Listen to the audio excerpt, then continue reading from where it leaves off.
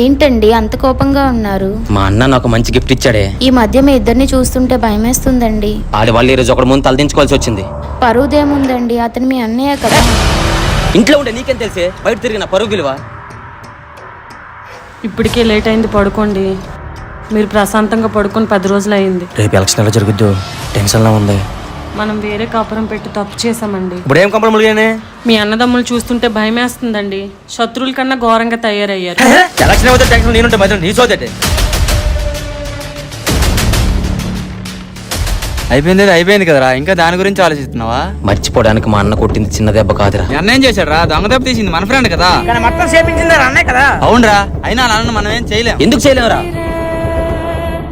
ఏం జరిగిన అచ్యుతరావు గారు చూసుకుంటానని మాట ఇచ్చారు. అది ఇప్పుడు ఏం చేస్తాం? రేపు ఎలక్షన్ బూత్ దగ్గర ఏమైనా తేడా జరిగితే అక్కడే తేల్చేద్దాం.